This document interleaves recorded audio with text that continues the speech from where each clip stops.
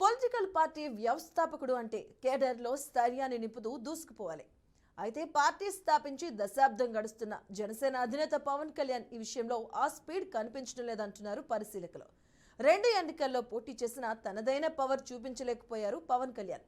పైపెచ్చు కేడర్ను నిరుత్సాహపరిచేలా ఎప్పటికప్పుడు కొత్త స్టేట్మెంట్లు ఇస్తూ ఉండడం గమనార్హం. అలా తమ అధినేత చేస్తున్న వ్యాఖ్యలతో జన సైనికులే ముక్కును వేలు వేసుకోవాల్సి వస్తుందట. తాజాగా సీఎం సీటుకు సంబంధించి అలాంటి వ్యాఖ్యలు చేసిన పవన్ కళ్యాణ్ మరోసారి చర్చల్లో వ్యక్తి అయ్యారు.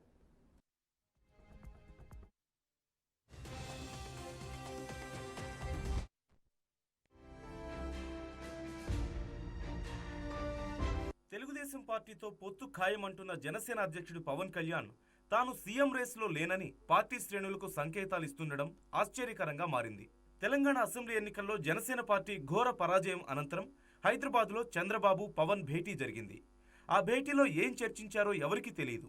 అయితే ఆ మరుసటి రోజే ముఖ్యమంత్రి పదవిని తాను కోరుకోవడం లేదని పవన్ విశాఖపట్నంలో జరిగిన సభలో పార్టీ శ్రేణులందరికీ స్పష్టమైన సంకేతాలు ఇచ్చారు. రాష్ట్రంలో వచ్చే అసెంబ్లీ ఎన్నికల్లో టీడీపీతో పొత్తు తప్పదని ఆ సభలో స్పష్టం చేశారు.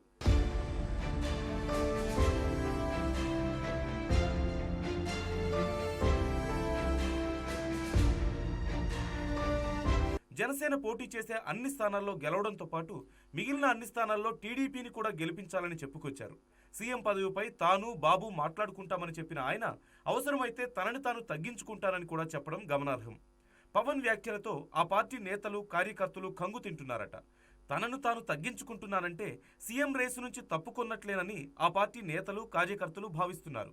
అదీ కాక పొత్తులో జనసేన పోటీ చేసిన స్థానంలో గెలవడం పక్కన పెడితే మిగిలిన స్థానాల్లో టీడీపీని జనసేనే గెలిపించడం ఏంటని ప్రశ్నిస్తున్నారు.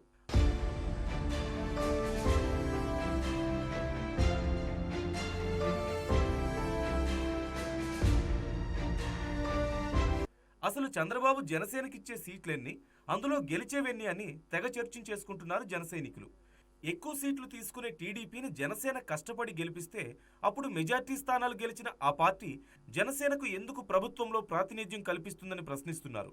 ఆ విషయం తెలిసి కూడా పవన్ ఇలా మాట్లాడారంటే ఆయన సీఎం పదవిపై ఆశలు వదులుకున్నట్లేనంటూ భావిస్తున్నారు.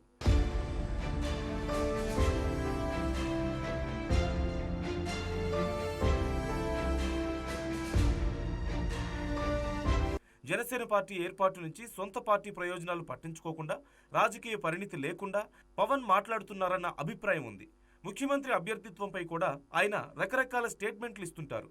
2024 అసెంబ్లీ ఎన్నికల్లో జనసేన టీడీపీతో పొత్తుపై చర్చ మొదలైనప్పుడు పవన్కు కూడా సీఎం పదవిని కేటాయించాలని, టీడీపీని కోరాలని పార్టీ శ్రేణుల నుంచి పెద్ద ఎత్తున డిమాండ్లు వచ్చాయి.